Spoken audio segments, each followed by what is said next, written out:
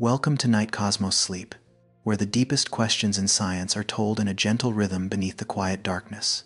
Light from distant regions of the cosmos has traveled for millions, even billions of years before reaching telescopes here on Earth. Through those faint signals, humanity can witness the birth of galaxies, listen for the traces of colossal collisions, and follow the history of the universe across time. And yet, behind every discovery, there are still gaps that remain unfilled.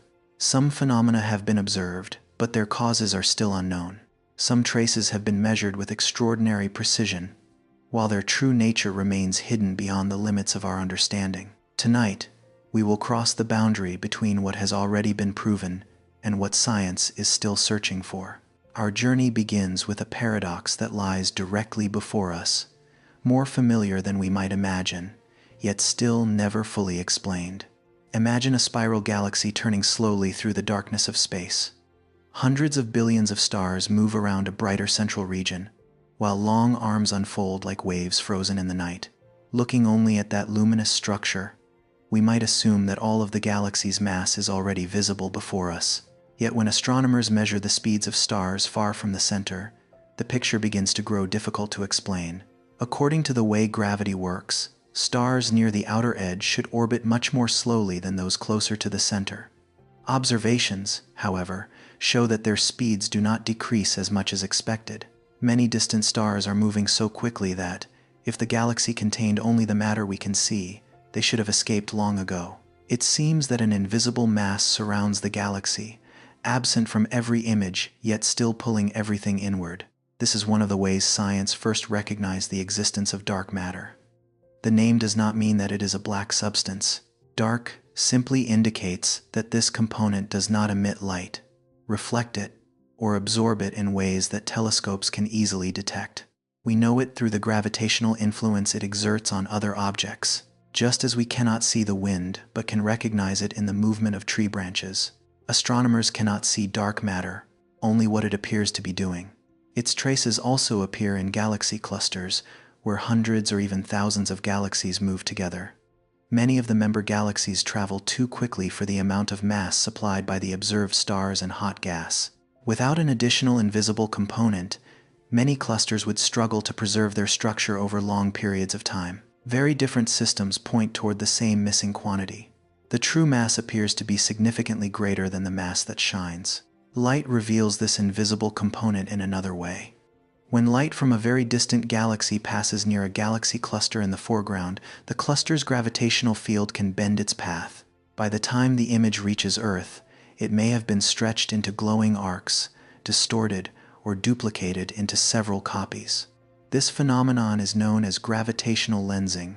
The amount of distortion allows scientists to estimate the total mass between the light source and the observer, including matter that produces no light at all. Lensing measurements do not depend on orbital speeds, yet they still reveal more mass than telescopes can directly record. When several independent methods lead to similar results, the likelihood that all of them are merely random errors becomes small. Science does not yet know what dark matter is, but there are many reasons to believe that an unseen component contributes to the gravitational structure of the universe.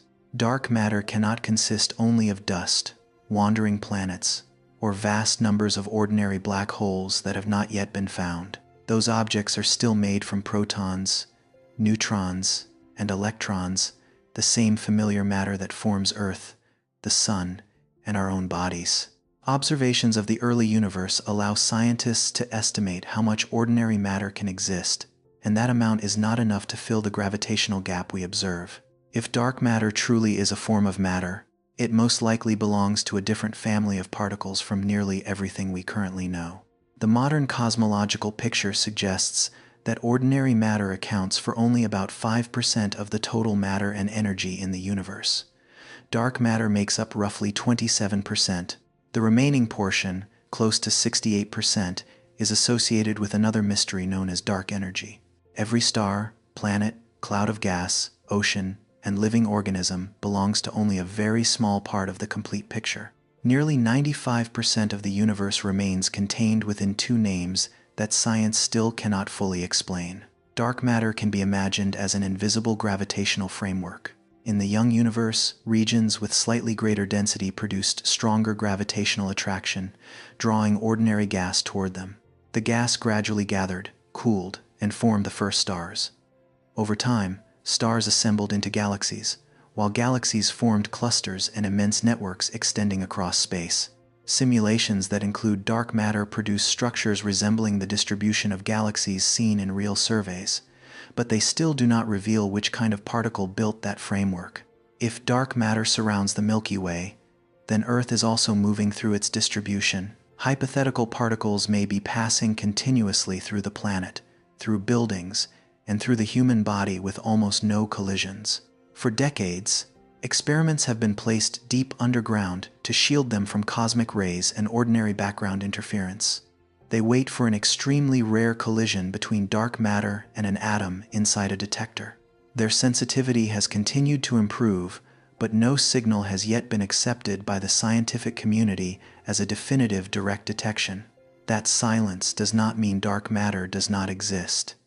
It suggests that early assumptions about the particle's masses or methods of interaction may have been incorrect. Some models propose particles that interact only very weakly, while others point toward particles of extraordinarily low mass. It is also possible that what we call dark matter is signaling that our current understanding of gravity is incomplete on galactic scales. Every unsuccessful search eliminates another region of possibility, narrowing the investigation without bringing it to an end. Another mystery must be considered separately.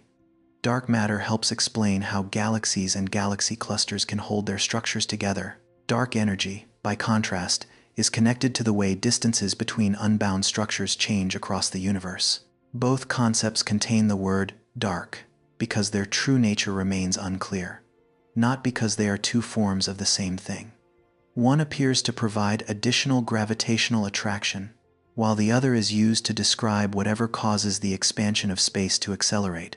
Very distant galaxies are not simply rushing through a fixed emptiness like fragments carried away by the wind. In cosmology, space itself is expanding between widely separated regions, causing the distances between them to increase over time.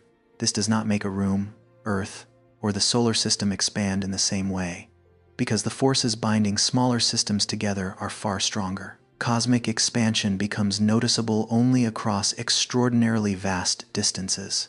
Observations of very distant stellar explosions near the end of the 20th century showed that the universe is expanding at an accelerating rate. The name dark energy was given to the unknown influence behind that result.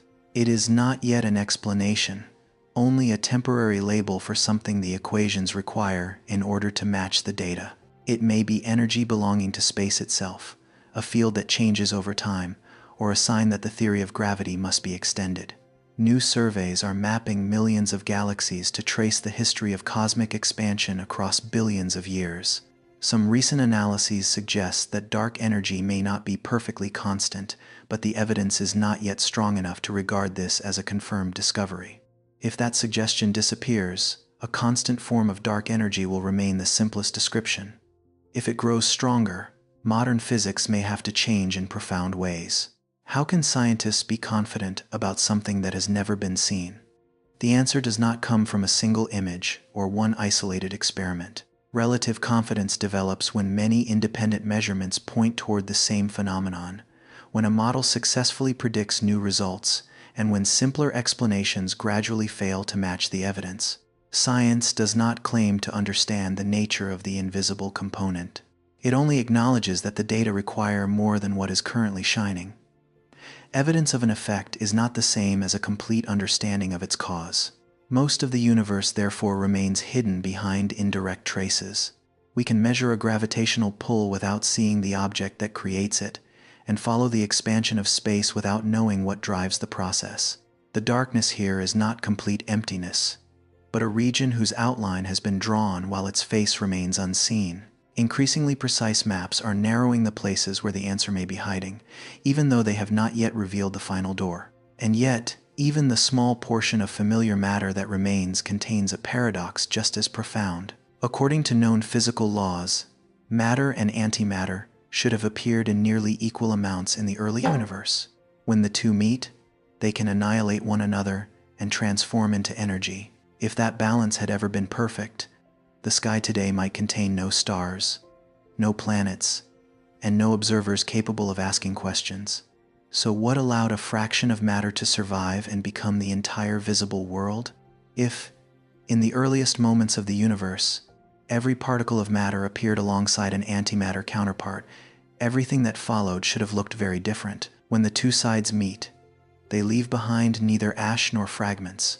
They transform into energy and other particles, as though two marks were erased from a page at the same instant. In the hot, dense environment of the early universe, such pairs were constantly appearing and disappearing. If matter and antimatter had existed in perfectly equal amounts, nearly all of them would have annihilated as the universe cooled. What remained would have been mostly radiation spreading through space, with too little material to form clouds of gas, stars, or planets. And yet, the night sky is still filled with light. Every atom in the human body reveals that the original balance was somehow broken. Antimatter is not an evil form of matter, nor does it come from another universe. The negatively charged electron has a counterpart called the positron, which has the same mass but carries a positive charge. The proton also has a counterpart, the antiproton, with equal mass and the opposite electric charge. They can be imagined as two nearly identical versions of the same structure, with certain properties reversed. When an electron meets a positron under the right conditions, the pair can disappear and transfer its energy into photons or other particles. Protons and antiprotons can also annihilate, although the products are more complicated. The word annihilation does not mean that energy is erased from nature. The form of existence changes, while the total balance of the process remains conserved. Antimatter does not exist only in equations. It appears in certain radioactive processes, is produced when cosmic rays strike the atmosphere, and forms in high-energy environments. Particle accelerators on Earth can also create antiparticles. In laboratories, scientists have even combined antiprotons with positrons to produce antihydrogen atoms, then held them inside magnetic traps for study. Storing them is extremely difficult because a single contact with the walls of the equipment can bring an anti-atom into contact with matter, causing it to annihilate almost immediately. Electric and magnetic fields must keep the particles suspended within a vacuum. The success of these experiments shows that antimatter is a measurable part of nature. The true mystery is why the observable universe appears to contain so little antimatter on large scales. To search for clues, we must return to a time when the universe was hotter than any star that exists today. The energy was so intense that photons and particles collided continuously, creating new pairs of matter and antimatter. A newly formed pair might soon meet again and transform back into radiation. For a time, the two directions of this process remained almost perfectly balanced. That balance changed as space expanded and the temperature fell. Collisions gradually lost enough energy to create heavy particle pairs, while the matter and antimatter already present continued to encounter one another. Pair after pair disappeared, leaving radiation spreading through the young universe. If both sides had existed in precisely equal numbers, the process should have ended with almost no atoms remaining to build the visible world. A common way to picture the imbalance is that for roughly every billion pairs of matter and antimatter, there may have been one extra particle of matter. After nearly all the pairs annihilated, that tiny excess remained. From this minute remainder, protons and neutrons later combined into nuclei. Electrons joined those nuclei to form atoms. Gas gathered into stars, and stars and galaxies gradually took shape over billions of years.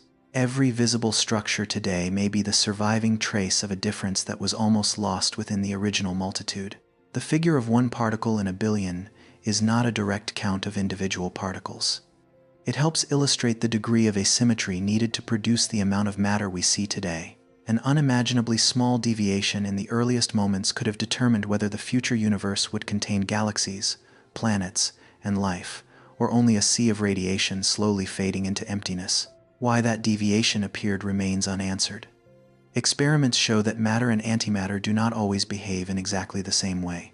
In certain decay processes, the probability of events unfolding in one direction can differ slightly from that of the corresponding mirror process. These subtle differences demonstrate that nature does not preserve perfect symmetry in every situation. However, the known imbalance does not appear large enough to account for all the excess matter in the universe. Science has identified part of a mechanism capable of breaking the balance, but the measured effect cannot explain the final result. It is like discovering a small stream flowing into a lake while the water level is rising far more quickly. Physicists know that there must be another source, another stage, or some principle that has not yet been recognized.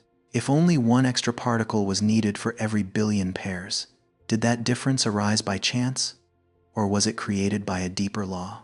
The very early universe may once have contained massive particles that no longer occur naturally today. As they decayed, they might have produced matter and antimatter in slightly different proportions, leaving a trace behind after the original particles themselves had vanished. This possibility remains under investigation, but there is not yet enough evidence to confirm it. Other models place the crucial event during periods when fundamental fields and forces changed state as the universe cooled. In theory, these ideas can produce an excess of matter, but they must still be tested through experiments and observations. An equation that gives a plausible result is not enough to establish the true history of the universe. Could the missing antimatter be concentrated in extremely distant regions? If an antimatter galaxy existed in isolation, its light might look almost identical to that of an ordinary matter galaxy. Antiatoms emit light with spectra nearly identical to those of normal atoms. Observing starlight alone may therefore be insufficient to determine whether the stars are made of matter or antimatter. The difficulty appears at the boundaries. If vast regions of antimatter existed beside regions of matter, gas from the two sides would meet and produce intense annihilation radiation. In a universe where matter and antimatter galaxies were distributed among one another, such borders would be difficult to avoid. So far, no convincing evidence has revealed the existence of enormous antimatter domains within the observable universe. Laboratories continue to compare matter and antimatter with ever-increasing precision. Their masses, charges, motions, and energy levels are measured in search of the smallest possible differences. If antihydrogen absorbed light even slightly differently from hydrogen, or if an antiproton differed from a proton by even a minute amount, it could signal new physics. So far, many measurements have shown that the two sides are remarkably similar. Perhaps the answer lies in an extremely rare phenomenon that particle accelerators have not yet produced in sufficient numbers. The decisive mechanism may operate only at energies far beyond present human capabilities, or its traces may already be hidden within existing data, but have not yet been interpreted correctly. The search must therefore combine particle experiments, cosmic ray observations, studies of the early universe, and highly precise measurements of anti-atoms. The paradox of matter and antimatter reminds us that the existence of familiar things was not necessarily inevitable. A very small change in the laws or initial conditions could have sent the universe along an entirely different path. The atoms in our bodies were not only forged from material produced by earlier generations of stars. At a deeper level, they exist because an ancient imbalance prevented all matter from disappearing from the story. For now, science understands the outcome far better than the cause. Antimatter exists, can be created, and can be studied. Small differences between matter and antimatter have also been observed. What remains uncertain is the mechanism that created or amplified an imbalance large enough for some matter to survive after the era of annihilation. From that fragile excess, the universe formed every star, now shining in the darkness. But matter does not always remain dispersed as gas, stone, or stable worlds. In certain regions, it is compressed until space and time bend in ways that reach far beyond ordinary intuition. When collapse proceeds far enough, even light can no longer find a path back. It is there that our current theories approach one of their deepest limits. On the day the first image of a black hole was released, millions of people around the world looked at a picture that seemed both familiar and strange. There was no black sphere with a sharply defined edge, and no surface from which light could reflect. What appeared instead was a faint, slightly asymmetrical ring of light surrounding a dark region at its center. Although it quickly became an icon of modern astronomy, the image did not show the interior of the black hole. The dark region in the image is a shadow created as an extremely powerful gravitational field bends the paths of light around the central object. Hot gas moving nearby emits radio waves, but some of that radiation is pulled inward, while some circles the black hole before escaping or being bent toward Earth. The result is a curved ring of light surrounding a dark area larger than the event horizon itself. We do not see a black hole the way we see a planet. We see how it distorts the light in its surroundings. The black hole in the image is known as M87. It lies at the center of the galaxy, Messier 87, about 55 million light-years from Earth. Its mass is estimated to be nearly 6.5 billion times that of the Sunday. Although it is extraordinarily distant, the immense size of M87 times makes its shadow large enough to be resolved by instruments on Earth. Even so, no single telescope could have produced the necessary image. 8 radio observatories in different parts of the world had to operate almost simultaneously. Their data were combined to form a virtual telescope nearly as large as the entire planet. Rather than taking a picture like an ordinary camera, research teams matched patterns of radio waves collected at locations separated by enormous distances, then used algorithms to reconstruct the structure that best fit the data. A black hole is not a hole carved into space, nor is it a hollow object that sucks in everything like a drain. It is a region where mass or energy has become so concentrated that space and time are curved with extraordinary intensity. Every object with mass bends space-time, but near a black hole, the curvature becomes so extreme that even the possible paths of light are restricted. The most important boundary around a black hole is called the event horizon. It is not a solid shell, a glowing wall, or a material surface. It is a boundary from beyond which every possible path into the future leads deeper into the black hole. Once a ray of light has crossed this region, it cannot choose a route back out, because within that structure of space-time, outward is no longer an available direction. The event horizon therefore cannot be photographed directly. The image of M87 times shows only the emitting material around it and the shadow created by the bending of light. The asymmetrical ring does not mean that one side of the black hole shines like the surface of a star. Gas around the black hole rotates at tremendous speed. The portion moving toward the observer can appear brighter, while the portion moving away may look dimmer. If no light escapes from inside a black hole, how do we know it exists? The answer comes from its surroundings. Gas and dust falling toward a black hole do not disappear immediately. Before crossing the event horizon, they may form a hot, rotating disk, colliding with one another and releasing powerful radiation. This material can become hot enough to emit X-rays or radio waves, creating a clearly visible source of light around a completely dark center. Stars moving near an invisible object can also reveal its mass. At the center of the Milky Way, astronomers have tracked the orbits of many stars for years.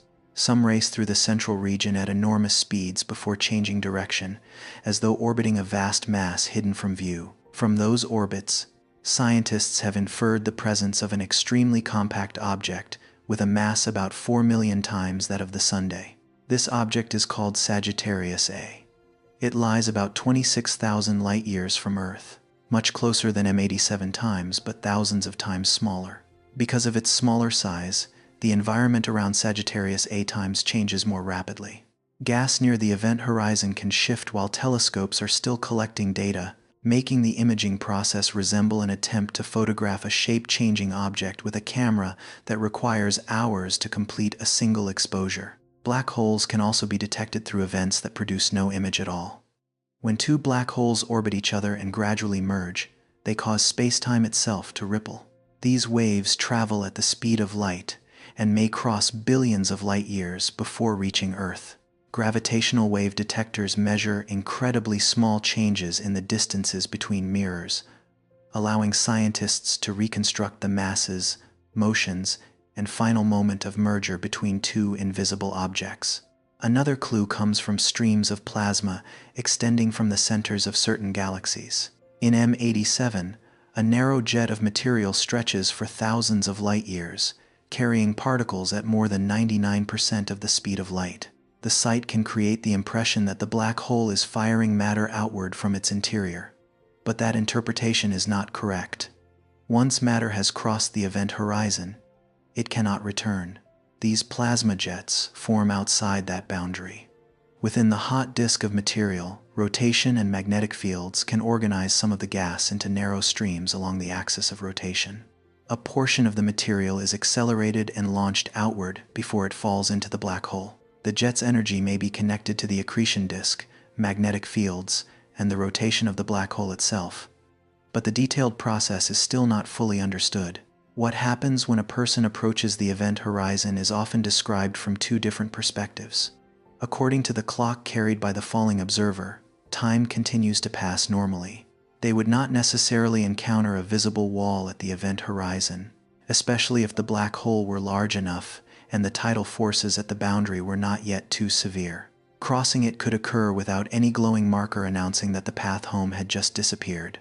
A distant observer, however, would receive a very different image. Light emitted by the falling object must escape an increasingly powerful gravitational field, stretching its wavelengths and shifting them toward red. The signal grows weaker, while changes appear to happen more slowly as the object approaches the event horizon. Eventually, the light may fade beyond detection, creating the impression that the object has frozen near the boundary. These two descriptions do not contradict one another.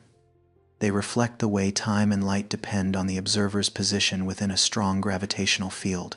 The falling person does not see their own clock slowing down, while the distant observer receives signals that become increasingly delayed and faint. What cannot be done is to send a message from inside the event horizon back outward to describe exactly what happened deeper within. This is where the limits of observation become limits on understanding. General relativity describes the motion of planets, the bending of light, gravitational waves, and many phenomena around black holes with remarkable success.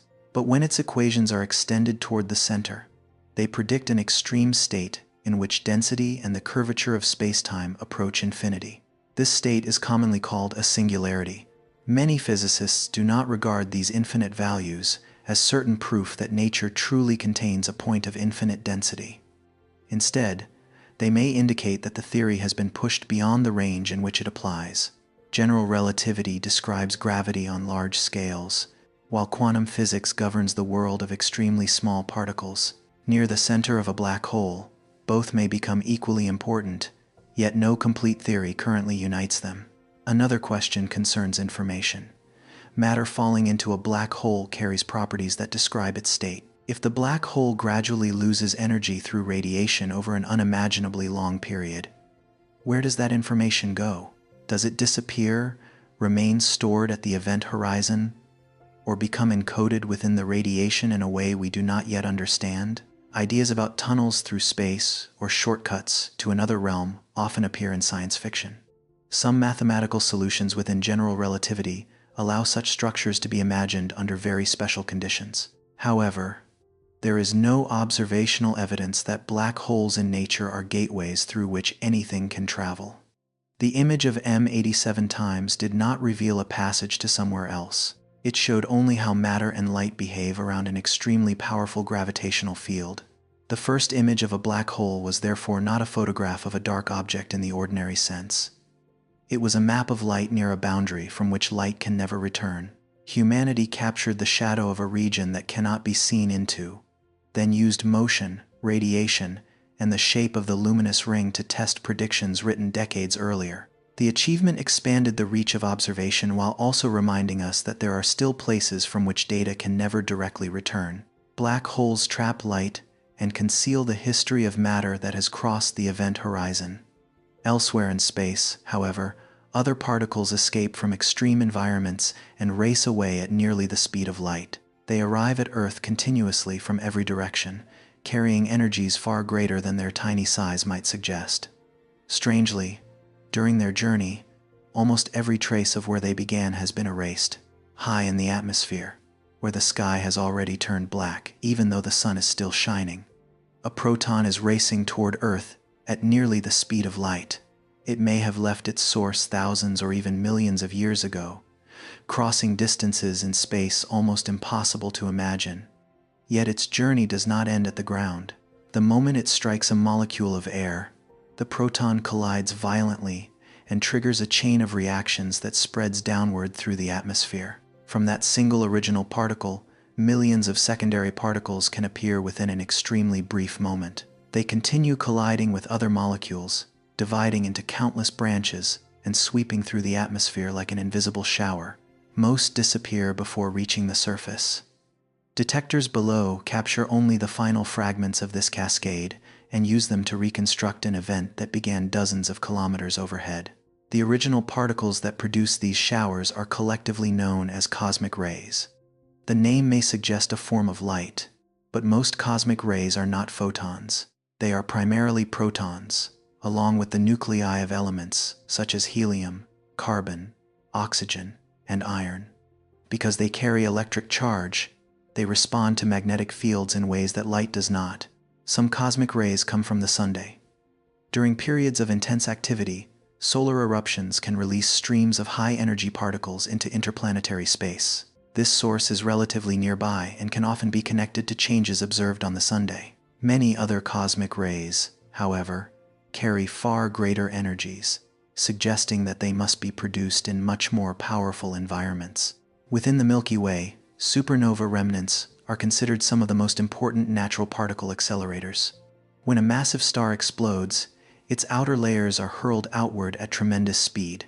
Shock waves move through the gas between the stars, compressing magnetic fields and creating regions of turbulent motion. A particle entering this environment may repeatedly cross the boundary between layers of material rushing in different directions.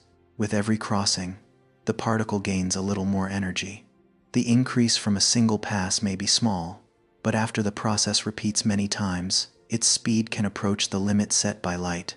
The particle is somewhat like a ball being passed back and forth between two walls, moving toward one another, gaining momentum with every rebound. The comparison does not capture every detail, but it helps illustrate how a shockwave region can accelerate an extremely small particle to an enormous energy. Supernova remnants may explain a significant portion of the cosmic rays within the Milky Way. Gamma-ray observations of certain remnants show that charged particles are indeed being accelerated there. Yet, as the energy approaches the most extreme levels, familiar sources begin to encounter difficulties. The shock wave must be powerful enough, the acceleration region must be large enough, and the magnetic field must hold the particle in place long enough for it to continue gaining energy. If the particle escapes too soon, the process ends before it reaches the required level. If the acceleration region is too small, the particle's path will carry it beyond the boundary after only a few movements. For this reason, the most energetic cosmic rays may require environments larger and more violent than the remnants of an ordinary star. Cosmic ray energies span more than 12 orders of magnitude. Some particles carry relatively modest amounts of energy, while the rarest can be millions of times more energetic, above roughly 10 to the 17th electron volts. Many researchers believe that a different group of sources may gradually become dominant. At those energies, the particles are likely coming from beyond the Milky Way.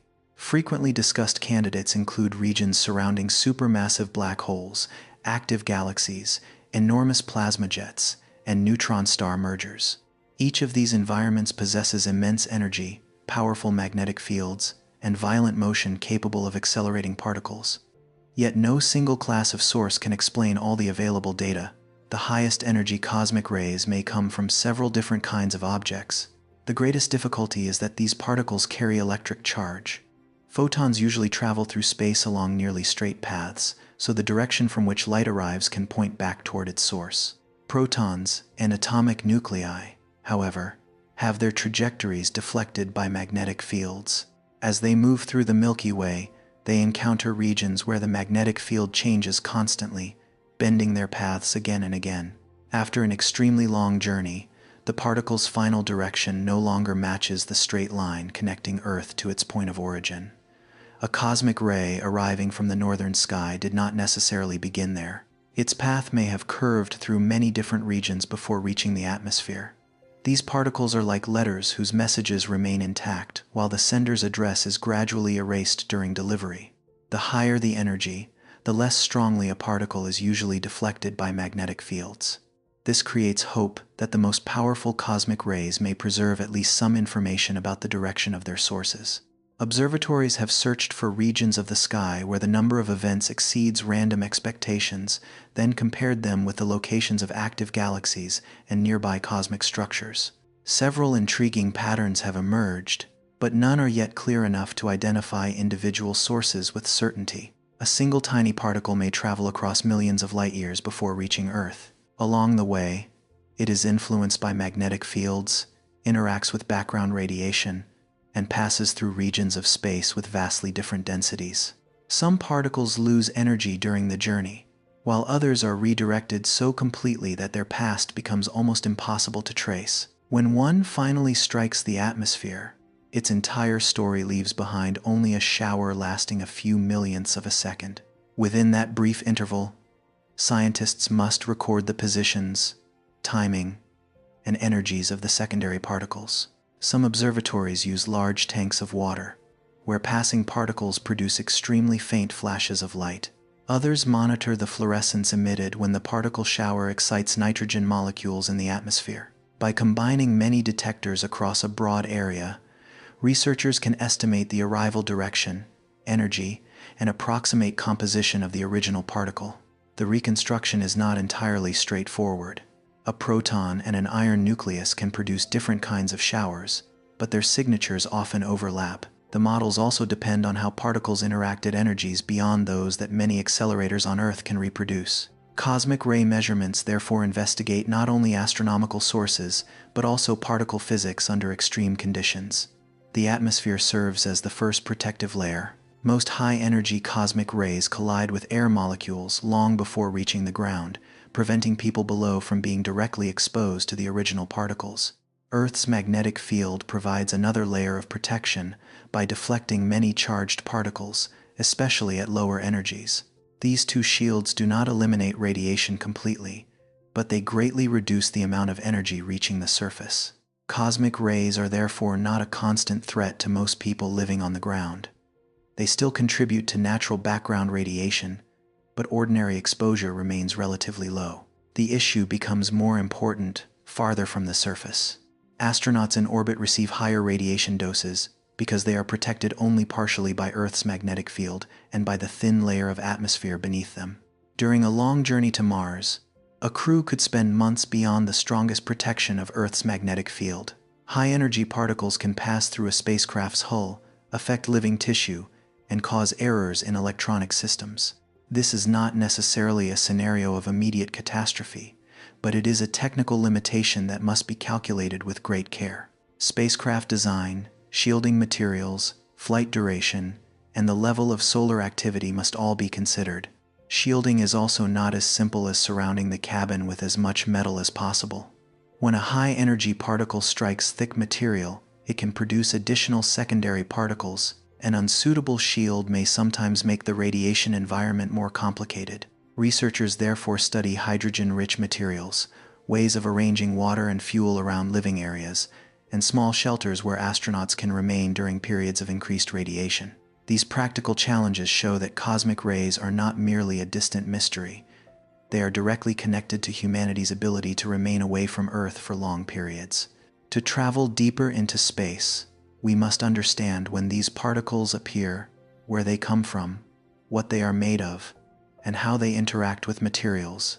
Even so, the greatest question concerns the rare particles with the highest energies. What kind of object is powerful enough to create them? A supermassive black hole can provide an immense source of energy, but there must be a mechanism that keeps particles inside the acceleration region, rather than allowing them to fall into the black hole or escape too soon. A neutron-star merger can generate extraordinarily intense magnetic fields, but it remains unclear whether such events occur often enough to explain the number of particles observed. There may be no single answer. Lower-energy cosmic rays may come mainly from the Sun and supernova remnants. More powerful particles may be produced in active galaxies, while the most extreme group may belong to other rare events. Matching each energy range to its correct source is like trying to reconstruct several different melodies from notes that have all been mixed into the same stream of sound. Some messages from the universe arrive as particles, with nearly all sense of direction erased by magnetic fields. They carry enormous energy, but leave behind only a fleeting trace in the atmosphere. Other messages travel as radio waves, preserving an almost straight path from their source to Earth. They may appear and vanish within a thousandth of a second, faster than the blink of an eye, yet the energy released in that instant can make even an entire star seem small. A radio telescope is quietly recording the sky. Across the screen, background signals extend in nearly steady lines, most of them coming from familiar sources or from interference within the instrument itself. Then, in a moment too brief for any human to react, a powerful pulse suddenly appears. It sweeps across a wide range of frequencies, rises to a striking intensity, and vanishes after only a few thousandths of a second. When researchers turn their attention back toward the direction from which the signal arrived, the sky has already returned to silence. No new star has flared into view, and no object appears clearly enough to explain what has just happened. The source may lie within a galaxy billions of light-years from Earth. The event itself ended long ago, but its signal has only now completed its journey across space and reached a receiver on our planet.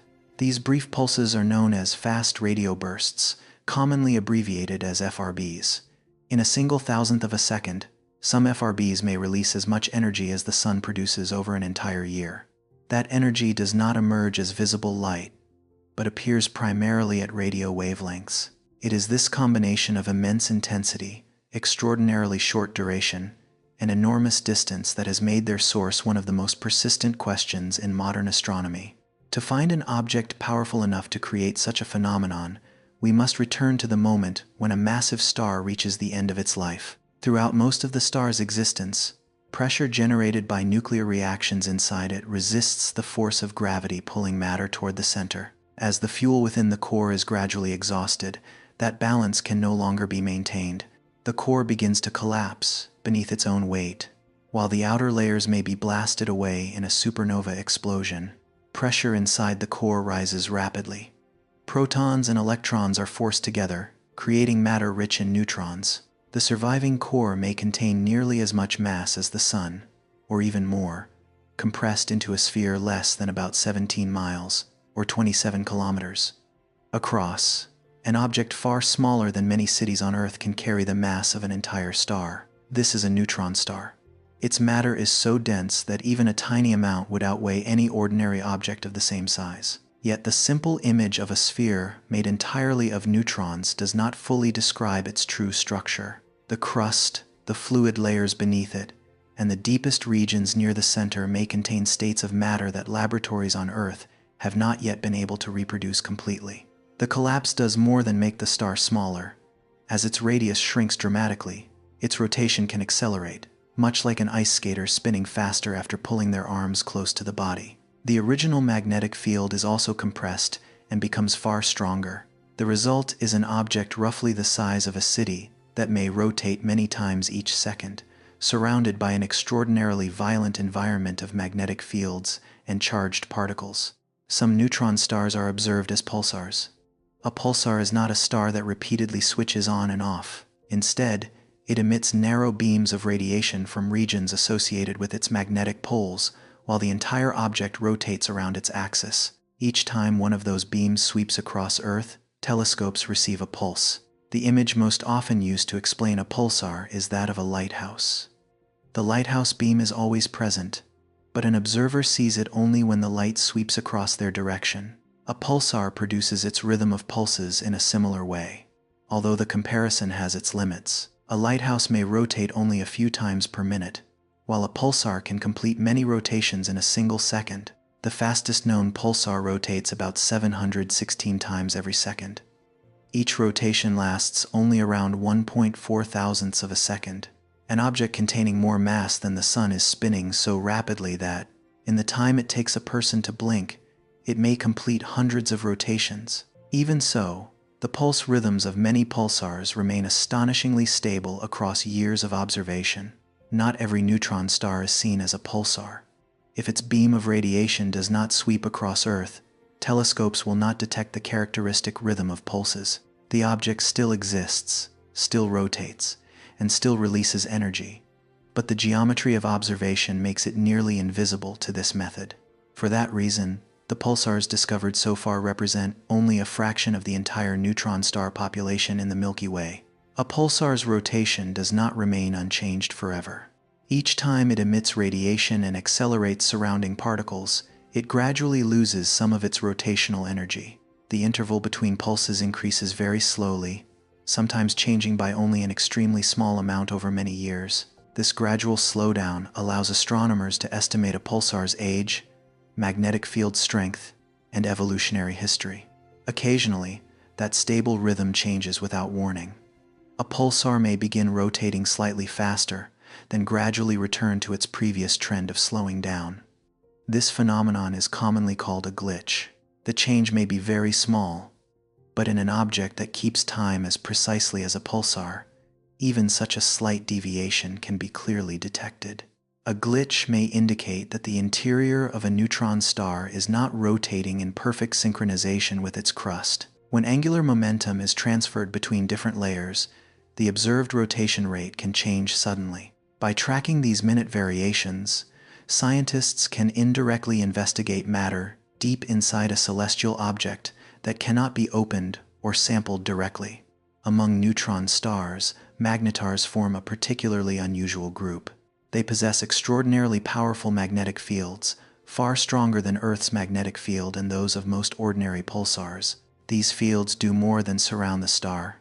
They also place tremendous stress on its solid crust. As the magnetic structure changes, the crust may crack, shift, or rearrange, releasing energy into the surrounding environment. These releases can produce X-rays, gamma rays, and brief but violent bursts. For this reason, magnetars have long been considered possible sources of FRBs. For many years, however, most fast radio bursts were detected in extremely distant galaxies. Their enormous distances and the fleeting nature of the signals made it exceptionally difficult to connect FRBs with any specific type of object.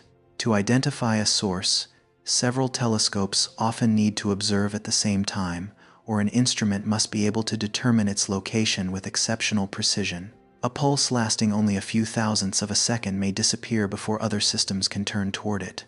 If the signal occurs only once, there is almost no opportunity to observe that exact moment again. The picture changed in 2020. A magnetar within the Milky Way, known as SGR 1935 plus 2154, produced an extremely powerful radio pulse with many of the characteristics associated with FRBs. Because the source was located inside our own galaxy, instruments could study the event in far greater detail than signals arriving from billions of light-years away. The discovery provided strong evidence that magnetars can produce at least some fast radio bursts. At first, the mystery seemed to have found its answer. A type of neutron star with an exceptionally strong magnetic field was capable of generating brief, energetic radio pulses. Yet, identifying a single source was not enough to explain the entire population. The FRBs observed so far are not all alike in their intensity, structure, environment, or patterns of repetition. Some sources produce bursts repeatedly. Certain objects have been recorded releasing dozens or even hundreds of pulses, sometimes during periods of intense activity followed by silence. The intervals between bursts are not necessarily regular like the rotation of a pulsar.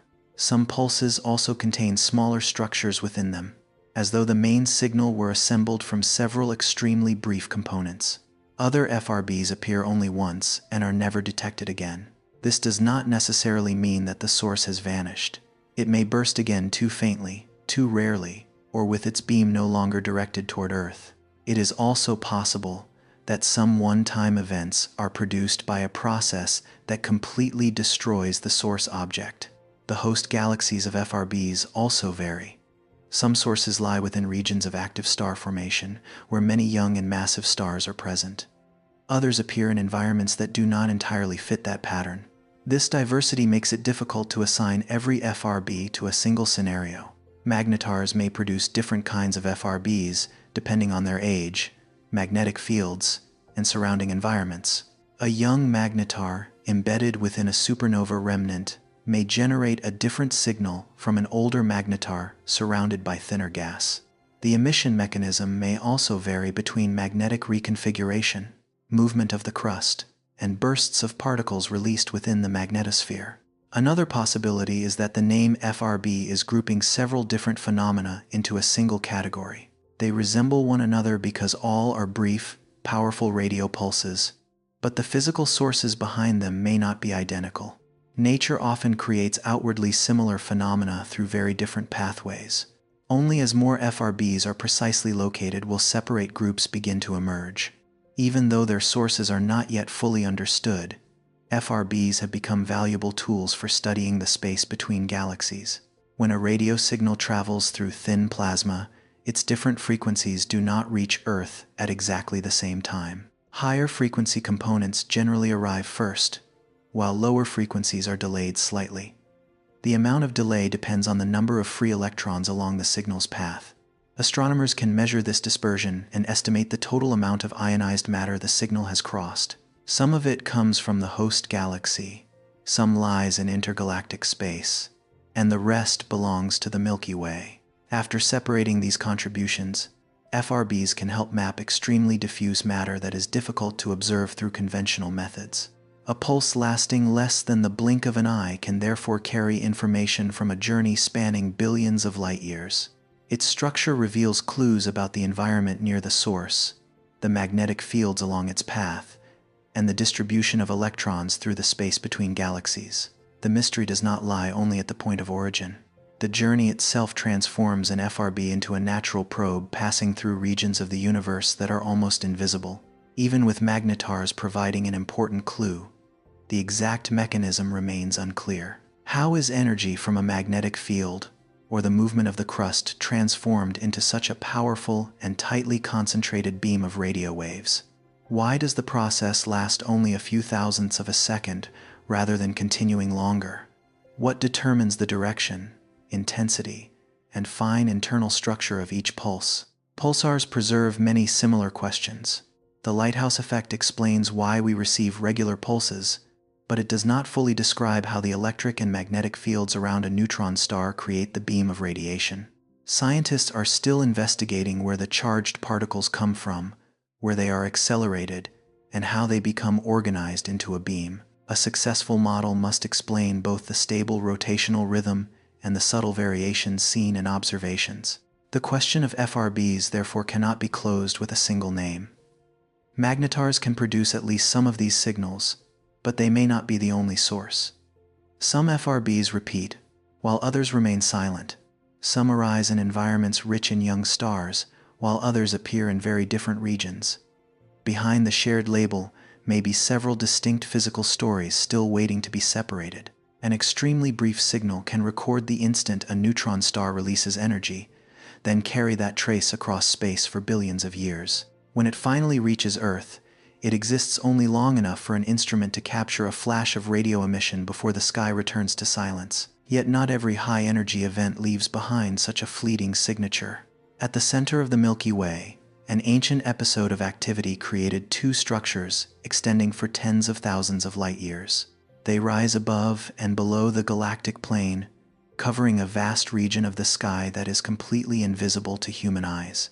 These enormous remnants had been present within our own galaxy all along, yet humanity did not recognize them until the beginning of the 21st century. If human eyes could see gamma rays, the night sky above Earth would have an entirely different appearance. The Milky Way would still stretch across it as a faint band of light, but near the galactic center, two immense structures would rise above and below the plane of the galaxy. They would resemble the two halves of an hourglass standing upright in the darkness, symmetrical around the region containing the supermassive black hole Sagittarius A. Strangely, they have always been there, within our own galaxy. Yet human eyes are unable to perceive them. These two structures are known as the Fermi Bubbles. Each bubble rises about 25,000 light-years, making the entire system extend nearly 50,000 light-years across the center of the Milky Way. Compared with the galaxy's diameter, this is a considerable distance. Despite their enormous size, they may be only a few million years old, remarkably young beside the Milky Way's history of more than 10 billion years. Humanity did not discover them by watching a new object suddenly appear. Data from the Fermi Gamma Ray Space Telescope had to be collected, processed, and compared with models of background emission. In 2010, after researchers removed familiar sources and the complex layers of radiation spread across the sky, two gamma-ray regions with relatively distinct edges gradually emerged. A structure tens of thousands of light-years across had remained hidden, not because it was too small or too faint, but because it was buried within a sky filled with overlapping signals. The gamma-ray sky contains many pulsars, supernova remnants, clouds of gas, and regions filled with high-energy particles. To recognize a structure this large, scientists had to determine which emissions came from nearby sources, which belonged to the Milky Way's disk, and which remained after those components had been subtracted. Once the background was processed, the shape of the two bubbles became difficult to overlook. One lobe extends northward from the galactic center, while the other reaches south. Their edges are relatively sharp compared with the surrounding environment, suggesting that the energy within them is not distributed randomly. Their symmetrical form also suggests that the original source lay near the center of the Milky Way and pushed matter or energy outward in directions perpendicular to the galactic disk. The Fermi bubbles contain high-energy particles. When extremely fast-moving electrons interact with starlight, background radiation, and other photons, they can transfer additional energy to those photons, raising them into the gamma-ray range. Protons may also contribute through collisions with gas. Which mechanism dominates has not yet been determined. The larger question concerns the source of the energy that created the entire structure. One natural candidate is Sagittarius A, the supermassive black hole at the center of the Milky Way. Today, it is relatively quiet compared with the central black holes of active galaxies. The amount of matter currently falling toward it is not enough to produce powerful outflows extending for thousands of light years. Its present state, however, does not prove that it has always been this quiet. In the past, larger amounts of gas and dust may have moved toward the central region. Before crossing the event horizon, hot matter in the accretion disk could have interacted with magnetic fields and released enormous amounts of energy. Some of that energy may have been directed along the rotational axis, driving particles and gas away from the plane of the Milky Way and leaving traces long after the central source had faded. This does not mean that the black hole itself exploded. A black hole cannot throw matter outward from inside its event horizon. The energy would have come from the environment surrounding it, where hot gas, rotation, and magnetic fields interacted before some of the material fell inward. This distinction is important because the Fermi bubbles may be the result of activity around the black hole, rather than an explosion of the black hole itself. Another possibility involves star formation near the galactic center. If large numbers of massive stars were born during a relatively brief period, their stellar winds would have continuously driven matter into the surrounding environment. After several million years, many of those stars would have ended their lives as supernovae, adding still more energy and shock waves. The combined effect of thousands or even millions of smaller sources could have produced a galaxy-scale outflow of hot gas. In this scenario, energy accumulated through many separate episodes. Hot gas escaped along the paths of least resistance, usually above and below the galactic disk, where the density of matter was lower. Over time, the two vast lobes gradually formed. A third possibility is that both processes contributed. Sagittarius A times may have undergone periods of intense activity, while episodes of star formation also continued to inject energy into the surrounding environment. The Milky Way does not necessarily require a single mechanism to create structures on such a large scale. The history of its central region may contain several overlapping layers of activity, each leaving part of the evidence that we now observe as one shared form. If the Fermi bubbles are only a few million years old, they are almost newly formed scars on the timescale of a galaxy. Their gamma-ray glow reveals that the seemingly stable Milky Way still carries the history of periods of violent activity. A brief but powerful release of energy could create a different shape from many prolonged episodes. The speed of the gas, the structure of the magnetic fields, the types of particles inside, and the sharpness of the bubble's edges all contain clues, yet the evidence remains consistent with more than one scenario.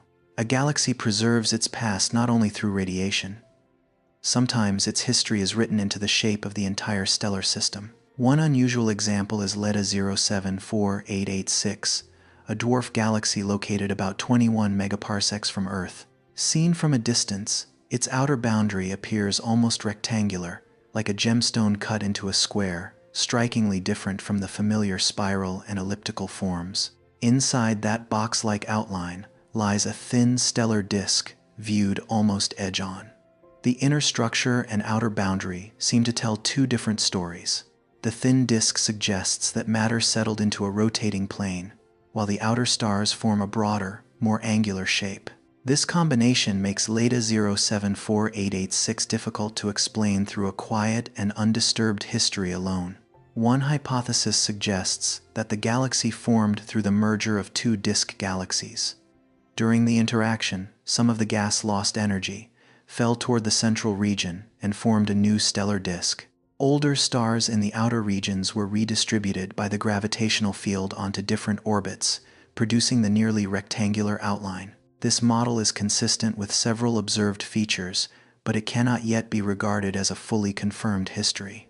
A galactic collision is not like two solid rocks crashing directly into one another. The distances between stars are so immense that most pass through the opposing stellar system without colliding. Gas and dust, however, can be compressed, heated, or lose momentum as the two galaxies overlap. Their combined gravitational field alters the orbits of billions of stars, pulling matter into long tails, driving gas toward the center, and sometimes triggering new waves of star formation. The merger process can continue for hundreds of millions of years. The two centers orbit one another, draw closer, and eventually blend into a new structure. What we observe today is only a single frame from an extremely long film, so reconstructing the past always requires models and careful comparison. Our viewing angle may also help make Leda 074886 appear more rectangular. A three-dimensional object seen from a particular direction can produce an outline very different from its true shape. Yet perspective does not necessarily eliminate the role of a merger. An already unusual structure may simply be emphasized by the angle from which it is observed on Earth. The Fermi Bubbles in Leda 074886 show that galaxies are not static systems. They form stars, merge with one another, and pass through periods of intense activity. Because these processes unfold far too slowly for a single human lifetime to witness, science must read their history from the radiation, motion, and structures left behind. The primary energy source of the Fermi bubbles has still not been determined conclusively. Sagittarius A times may once have been far more active, the central region may have undergone an intense burst of star formation, or both processes may have contributed. It remains unclear whether the two bubbles formed from a single major eruption or through several successive episodes. Their age, particle composition, and rate of expansion still need to be measured more precisely. The history of Leda 074886 also remains unresolved. Its nearly rectangular shape may be the result of a rare merger, but the specific structures of the two original galaxies and the path of their collision have only been inferred from models. We still cannot determine how much of its appearance comes from the physical process itself, and how much is emphasized by the observer's viewing angle. A galaxy can preserve its memory within a region of radiation, extending tens of thousands of light years, or within the outline formed by billions of stars. Yet we do not need to look millions of light years away to find a celestial body carrying traces of a vanished past. Right beside Earth, small rocks from the moon still preserve the direction of a magnetic field that existed billions of years ago. The mechanism that once created that invisible shield fell silent long ago, but its memory remains locked within the minerals. In a laboratory on Earth, a small piece of rock rests beneath white light. It does not glow or move, and at first glance, it looks little different from an ordinary sample of volcanic stone. Yet within its minerals, the direction of a magnetic field that existed billions of years ago is still preserved. The rock does not recount the past through sound or images, but through the way iron-rich particles aligned while it was still molten lava on the moon. As lava cools, minerals sensitive to magnetic fields tend to align themselves with the surrounding magnetic environment. Once the rock solidifies completely, that orientation becomes locked within its crystal structure. Billions of years later, Apollo astronauts brought these samples back to Earth, allowing scientists to measure the remaining magnetic traces. From an object small enough to fit in the palm of a hand, they could infer that the moon once possessed an invisible shield very different from its present state. Today, the moon has no strong global magnetic field surrounding the entire body. The solar wind can reach most of its surface directly, carrying charged particles that continually strike the soil and rock. The Apollo samples, however, reveal that the past was different. Some studies suggest that between about 3.85 and 3.5 billion years ago, the Moon's magnetic field may have been nearly as strong as Earth's is today. That evidence raises a difficult question. The Moon is much smaller than Earth, so its interior should have lost heat more quickly. A rapidly cooling body generally struggles to sustain motion within its core for long periods. Yet the rocks suggest that the ancient magnetic field may have persisted for more than 1 billion years, with its strength changing through several distinct phases. On Earth, the global magnetic field is generated deep beneath the surface.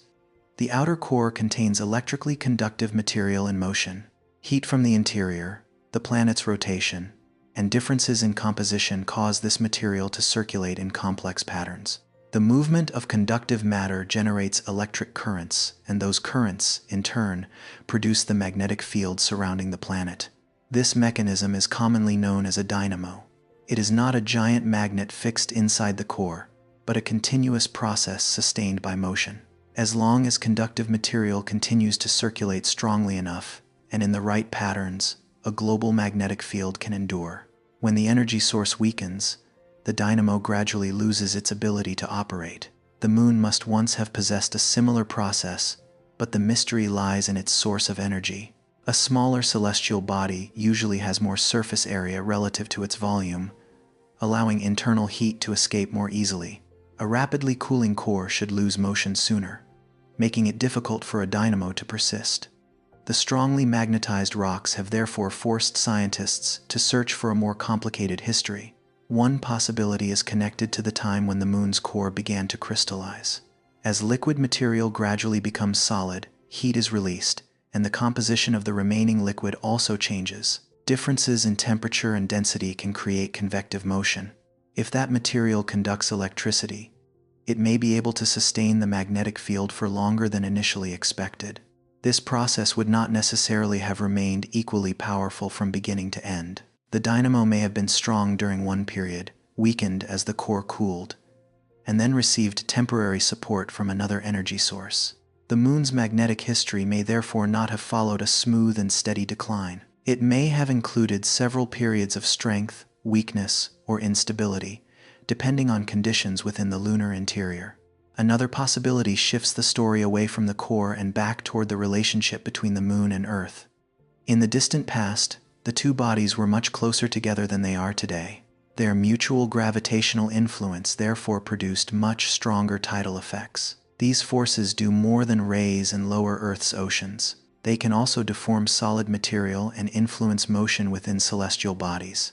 If the Moon's rotation and orientation were more complex in the past, tidal forces from Earth may have helped stir its core. Differences in the motion of the crust, mantle, and core could have supplied additional energy to the dynamo. Some models also consider the role of precession, in which the rotational axis slowly changes direction over time. These motions may have maintained mixing within the core longer than if the Moon had simply cooled in isolation.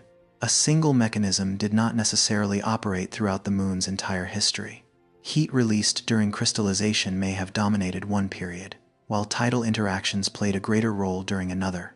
A major impact might also have temporarily altered motion inside the Moon, although by itself it would be difficult to explain the entire duration of the magnetic field. The most plausible picture may involve a succession of energy sources, each sustaining the dynamo through a different part of lunar history. The story becomes even more difficult because the Apollo samples came from only a limited number of locations. The Moon has an immense surface, but the returned samples do not fully represent every geological region or period. Some rocks may have been reheated by later impacts, altering their original magnetic signatures. Reading the Moon's magnetic history therefore requires scientists to distinguish genuine ancient signals from changes that occurred afterward. Even so, several independent samples indicate that the Moon once possessed a dynamo. Their minerals preserved the strength and direction of the magnetic field as they cooled. By determining the ages of the rocks and comparing their levels of magnetization, scientists can construct an approximate timeline. The results suggest that a strong field existed during the Moon's earliest history, then weakened considerably, though it may not have disappeared immediately. As the core continued to lose heat, internal motion grew steadily weaker. Eventually, the dynamo no longer had enough energy to maintain a global magnetic field. The invisible shield surrounding the Moon gradually faded away. There was probably no single moment when the entire field switched off at once. More likely, it was a prolonged process in which the field weakened and its structure became increasingly unstable. Today, although the Moon no longer has a global magnetosphere, certain regions of its surface still possess localized magnetic fields. These areas exist because parts of the crust were magnetized while the dynamo was active, or because of processes involving impacts and iron-rich material. They do not form a continuous protective layer around the entire Moon, but they are strong enough to alter how the solar wind interacts with the surface on a small scale. Some of these localized magnetic regions are associated with strange bright patterns, commonly known as lunar swirls. They appear as pale, winding lines spread across the darker surrounding soil. One explanation suggests that the local magnetic fields deflect some of the charged particles in the solar wind, causing the surface there to experience space weathering more slowly. The less exposed regions remain brighter for longer, while the surrounding areas gradually darken. If this explanation is correct, a magnetic field that disappeared billions of years ago is still leaving visible traces on the lunar surface today. It no longer surrounds the Moon, but its memory remains preserved both within minerals and in the colors of the soil and rock. A process deep inside the celestial body that ceased long ago continues to influence the images observed by spacecraft. The distance between Earth and the Moon also preserves part of that history. The Moon is gradually moving away from Earth through the exchange of tidal energy. According to one NASA model, about 4 billion years ago, the distance may have been only around 80,000 miles, compared with today's average of nearly 238,000 miles. This estimate comes from a model based on our understanding of orbital evolution, not from a direct observation of the past. At that closer distance, the Moon would have appeared much larger in Earth's sky. The tidal forces between the two bodies would also have been stronger, altering their rotation rates and internal environments. Some models suggest that the magnetospheres of Earth and the Moon may have interacted during certain periods, creating a protective structure unlike anything that exists today. This is a result of simulation, rather than a scene ever directly recorded, but it suggests that the Earth-Moon system was once a far more dynamic environment. A magnetic field can help deflect some of the charged particles coming from the Sun, but the degree of protection provided by the ancient lunar field remains debated. Its strength changed over time, and any atmosphere the Moon may once have possessed would still have been extremely thin and unstable. The early Moon should not be imagined as a miniature version of Earth.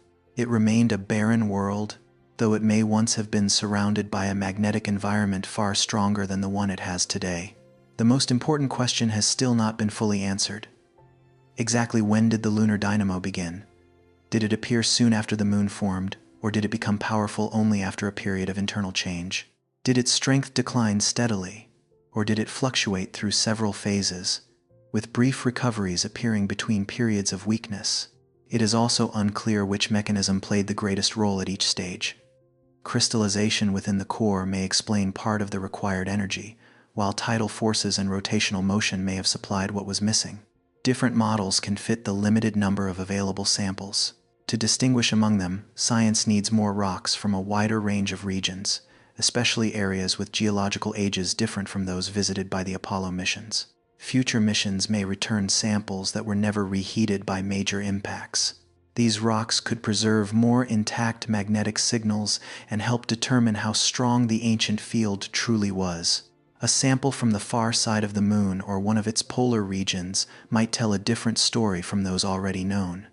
A single new discovery could reshape the entire timeline we currently understand. The Moon once contained a machine deep within its interior, where hot, electrically conductive material moved and generated an invisible shield. Over time, that energy source weakened, the core gradually cooled, and the dynamo fell silent. What remains are localized magnetic regions, bright patterns across the surface, and memories locked within stone. Earth still has an active dynamo, while receiving another source of energy from the sun every day. The amount of sunlight reaching the planet is so immense that its total energy far exceeds humanity's demand for electricity. Yet there is a vast distance between receiving sunlight and transforming it into a stable source of power. The challenge lies not only in the solar panels themselves, but also in the hours when the sun is no longer visible in the sky. A photon leaves the outer layers of the sun and races into space. A little more than 8 minutes later, it reaches Earth, completing a journey of nearly 150 million kilometers. That photon may fall into the ocean, be reflected back into space by a cloud, warm the ground, or enter a photovoltaic cell on a rooftop. Even in that final case, not all the energy it carries will be converted into electricity. Some of the light is reflected from the surface of the solar panel. Some is absorbed by the material and transformed into heat. Certain photons do not carry the right amount of energy to generate electricity efficiently. The question, then, is not only how much sunlight reaches Earth, but how much of it humanity can capture, when it can be collected, and how that energy can be used. A photovoltaic cell works by converting light energy into the directed movement of electrons. When a photon enters a semiconductor and transfers enough energy, an electron can escape its original bound state. The structure of the cell guides these electrons in a particular direction, creating an electric current. The process involves no rotating machinery, requires no fuel to be burned, and operates almost silently. The principle may sound simple, but sunlight does not consist of only one kind of photon. It is a mixture of many different wavelengths, ranging from photons with relatively low energy to those carrying much more. A single material cannot use the entire spectrum with equal efficiency. A photon that is too weak may pass through or be absorbed without producing useful electricity. A photon carrying more energy than necessary will usually lose the excess as heat. This limitation explains why it is impossible to convert all the light striking a solar panel into electricity. A cell optimized for a particular range of energies will fail to capture other parts of the spectrum. Multilayer designs attempt to address this problem by stacking different materials on top of one another. Each layer absorbs a suitable range of wavelengths, allowing more of the incoming light to be used effectively. In laboratories, multi-layer cells can achieve very high efficiencies. However, they often require extremely pure materials, complex structures, and expensive manufacturing processes. A technology suitable for satellites or specialized equipment may not be practical for covering millions of rooftops. A commercial product must balance efficiency with cost, durability, large-scale production, and the demands of outdoor operation. For this reason, no single efficiency figure can represent all photovoltaic technology.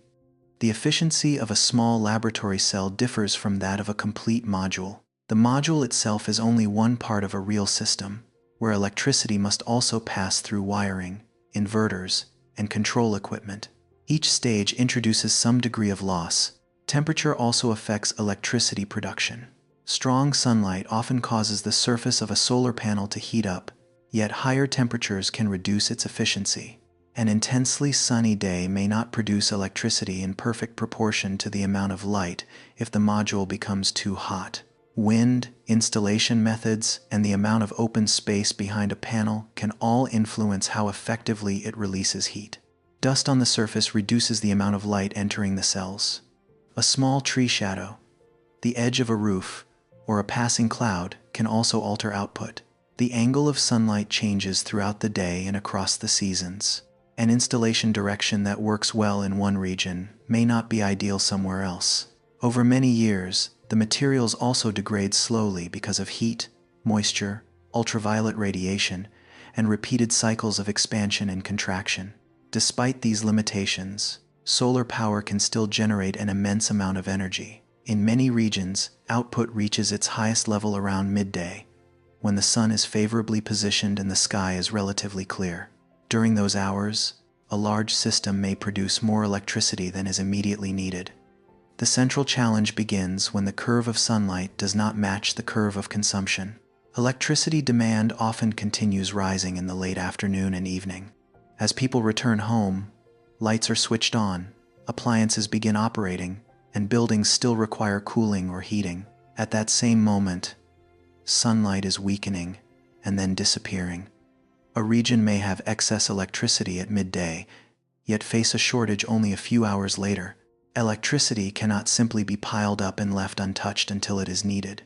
Within a power grid, production and consumption must remain balanced almost continuously. If generation falls below demand, the system's frequency can decline. If supply exceeds consumption without being adjusted, the grid can also become unstable. A power system therefore needs more than enough total energy when measured over an entire month or year. It must provide the correct amount at each moment. The question is no longer how many photons fall upon a desert, but how electricity can be delivered from where it is produced to where it is needed, at the right time and with sufficient stability. Surplus electricity generated during the day can be transmitted to another region if suitable power lines are available. Building transmission infrastructure, however, requires time, materials, land, and coordination among many local authorities. Areas with abundant sunlight are sometimes far from major cities. If the transmission lines cannot carry enough power, some production must be curtailed even while the panels continue receiving sunlight. Weather forecasting also becomes part of power grid operation. A broad layer of cloud can rapidly reduce solar output across a large area. When the system anticipates the change, other energy sources or storage devices can be prepared. Forecasting errors can never be eliminated completely, so the grid must always maintain enough flexibility to respond to actual conditions. Electrochemical batteries are among the easiest forms of storage to imagine. When surplus electricity is available, a battery converts that energy into chemical form. When demand rises, the reaction is reversed to generate an electric current. This technology is well suited to many short-duration cycles, such as shifting electricity from midday into the evening or supporting the grid through fluctuations lasting from several minutes to several hours. However, storing energy across several days or entire seasons requires a much larger scale. A system large enough to supply power through the evening may not be capable of carrying a region through a week of cloudy weather. As capacity increases, so do the requirements for materials, cost, space, and management systems. Batteries also degrade with repeated cycling and must eventually be recycled or properly handled at the end of their useful lives. Pumped storage hydropower uses a different method of storing energy. When surplus electricity is available, water is pumped from a lower reservoir to a higher one. When power is needed, the water flows back down through turbines, converting gravitational potential energy into electricity. This method can store large amounts of energy and operate through many cycles, but it depends on suitable terrain, access to water, and the ability to build two reservoirs at different elevations. Energy can also be stored as heat within hot materials. Some systems use surplus electricity to heat salt, rock, or other substances, then use that heat to generate electricity or supply industrial processes directly. This approach may be well suited to places with high demand for heat, although every conversion between electricity and thermal energy introduces some loss. Hydrogen offers the possibility of storing energy for longer periods. Surplus electricity can be used to split water, producing hydrogen that is then stored in tanks or underground facilities. When needed, the hydrogen can be used in fuel cells, turbines, or industrial processes. However, the energy must pass through several stages, from electricity into hydrogen, through transportation and storage, and perhaps back into electricity again. Each step reduces the amount of energy ultimately recovered. No technology is a perfect solution for every region. Areas with mountains and reservoirs may be well suited to pumped storage hydropower. A densely populated city may favor batteries placed close to where electricity is consumed. Industrial regions requiring high temperatures may use thermal storage or hydrogen. The best arrangement depends on climate, terrain, demand, existing infrastructure, and the other sources of electricity within the system. Supporting energy sources also play an important role. Wind may be strong when sunlight is weak, although the two sources do not always complement each other perfectly. Hydropower can adjust its output quickly in some regions. Nuclear power and other thermal sources can provide steady generation. A grid supplied by several different sources is generally more adaptable than one that depends entirely on a single technology. Electricity demand can also be adjusted. Some industrial activities, cooling systems, and charging devices do not necessarily need to operate during peak hours. Moving them to periods when solar power is abundant reduces the pressure on storage. Electric vehicles, for example, could burden the system if they all charge during the evening, but they could also support it if charging is managed flexibly during hours of surplus generation. The challenge also involves materials. Solar panels, storage batteries, power lines, and inverters all require metals, minerals, and energy to manufacture. Expanding clean energy does not mean that every environmental impact automatically disappears. Extracting raw materials can affect land, water, and communities in the regions where production takes place. The challenge is to build a new energy system without simply shifting the burden from emissions at the point of use to mining activity somewhere far away. Designing products that are easier to repair and recycle can reduce the need for newly extracted materials. Recycling itself, however, also requires infrastructure, standards, and markets large enough to operate effectively. Future solar panels will need to meet several demands at once. High efficiency can reduce the amount of land or roof space required, but the materials must be durable enough to operate outdoors for decades. Costs must remain low enough for widespread deployment, while manufacturing should limit toxic substances and avoid relying too heavily on extremely scarce elements. At the end of a panel's useful life, its layers should be separated and reused rather than becoming waste that is difficult to process. Energy storage must also advance in several directions. Less expensive batteries may solve short-duration needs, but periods lasting several days with little sunlight will still require other solutions. There is no reason to wait for a single invention to replace every existing technology. Several systems working together may be more realistic than one perfect answer that does not yet exist. Sunlight itself is not scarce. The obstacle lies in capturing the useful portion, distributing it across distance, and preserving it through time. A solar panel can generate electricity when photons strike its material, but the entire power grid must continue operating when clouds arrive, when the sun sets, and when demand suddenly rises. The sun supplies energy to Earth's climate, its plants, and nearly every food chain on the planet. Yet a world that receives enough sunlight does not automatically become a place where life can exist. A suitable temperature is only one part of the story, just as solar power depends on far more than the number of photons reaching a surface. To determine whether a world is truly suitable for life, humanity must look beyond its distance from its star. The atmosphere, water, geological history, and ability to preserve fragile traces may all determine the outcome. On Mars, ancient lake basins and layers of sediment have shown that the planet was once very different from the world we see today. What remains unknown is whether those watery environments ever truly became places where life could begin. At Jezero Crater on Mars, a rover is slowly making its way across a cold, dry landscape covered in red dust. Ahead lie stacked layers of rock, low slopes, and surfaces worn down by wind over immense stretches of time. The landscape today shows almost no sign of liquid water. Yet from orbit, Jezero reveals a structure remarkably similar to a river delta on Earth. Fan-shaped layers of sediment along the crater's edge suggest that an ancient river once carried mud, sand, and minerals into a lake. Jezero is about 45 kilometers wide and is believed to have held a lake and river system roughly 3.5 billion years ago. As the water slowed upon entering the lake, suspended material settled in layers. Over time, those deposits may have preserved information about the environment that existed when Mars was a very different world. The Perseverance rover is drilling into selected rocks, extracting small cores, and sealing them inside sample tubes. Each specimen represents only a tiny fraction of the Martian surface, yet it may contain a chemical history extending across billions of years.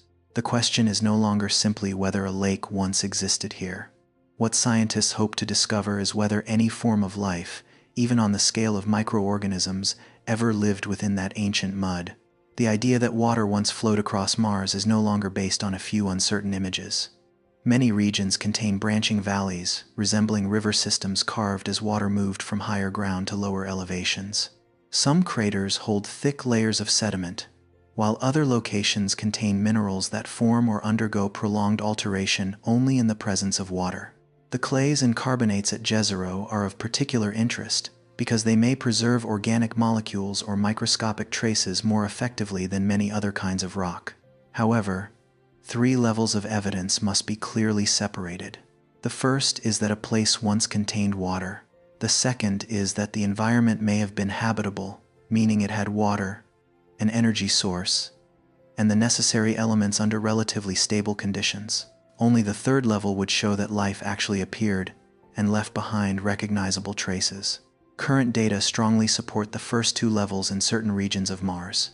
Jezero once held water, and some ancient environments do not appear to have been excessively salty, acidic, or otherwise too extreme for simple forms of life as we understand them on Earth. This makes Mars a reasonable place to search, but it does not automatically mean that organisms once lived there. A room containing tables, chairs, and light does not prove that anyone ever lived inside it. The term organic molecule is also often misunderstood.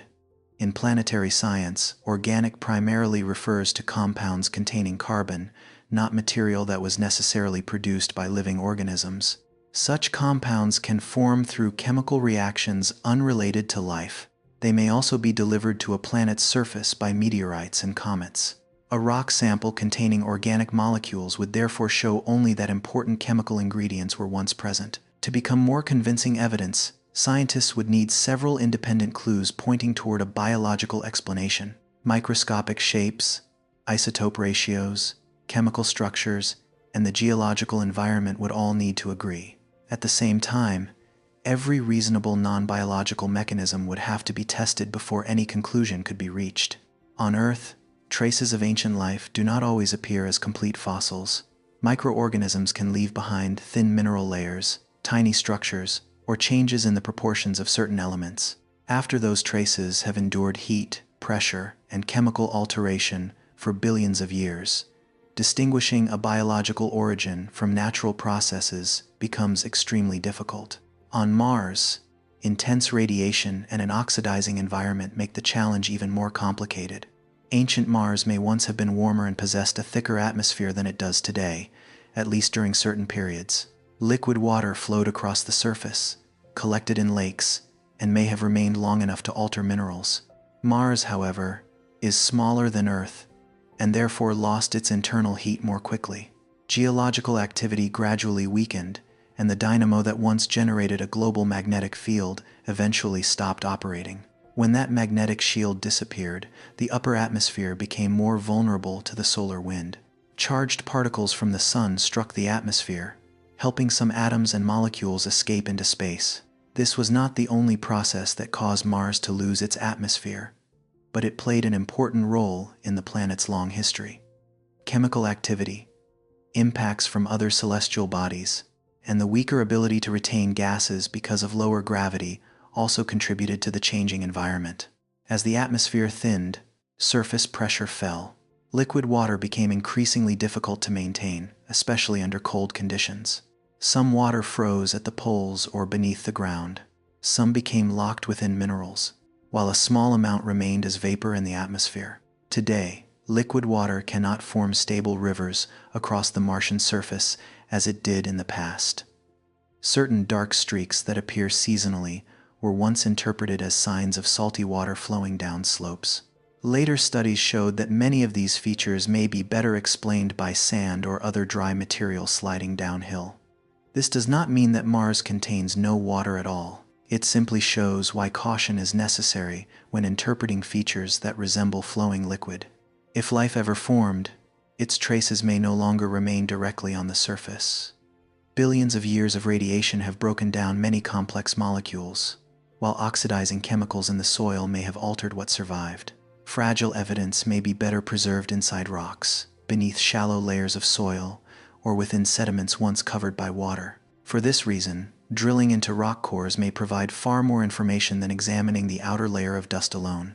Even if no biological evidence is found at Jezero, that result would not prove that life never existed anywhere on Mars. A vast planet can contain many different environments across billions of years. Jezero Lake may once have been habitable but uninhabited, while an underground body of water elsewhere may have offered more favorable conditions. Traces may also have existed and then been destroyed before humans were able to collect them.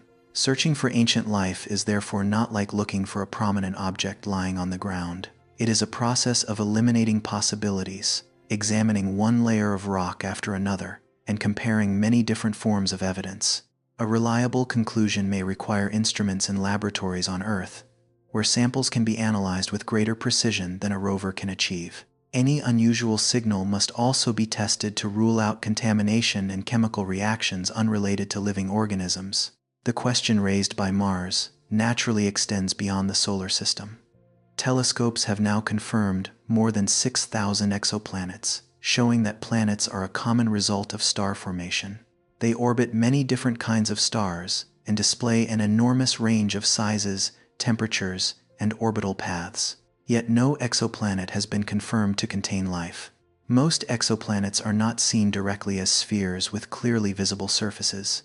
Some are discovered when they pass in front of their stars, causing the starlight to dim by a very small amount. From the depth of that dimming and the interval at which it repeats, astronomers can estimate the planet's size and orbital period. Other planets are found through the slight wobble of a star under the gravitational influence of an orbiting object.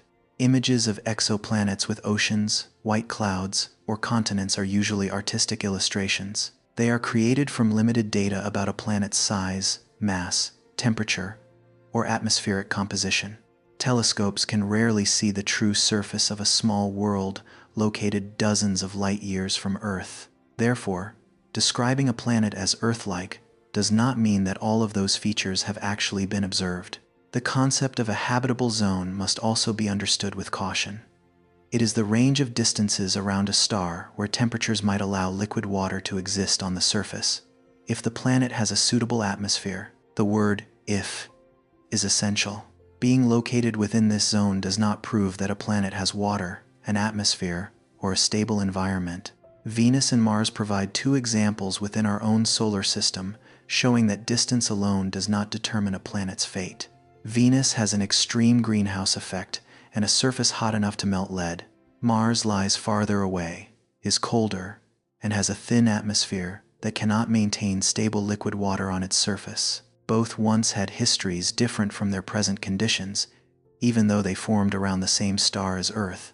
A planet's mass affects its ability to retain an atmosphere and preserve internal heat.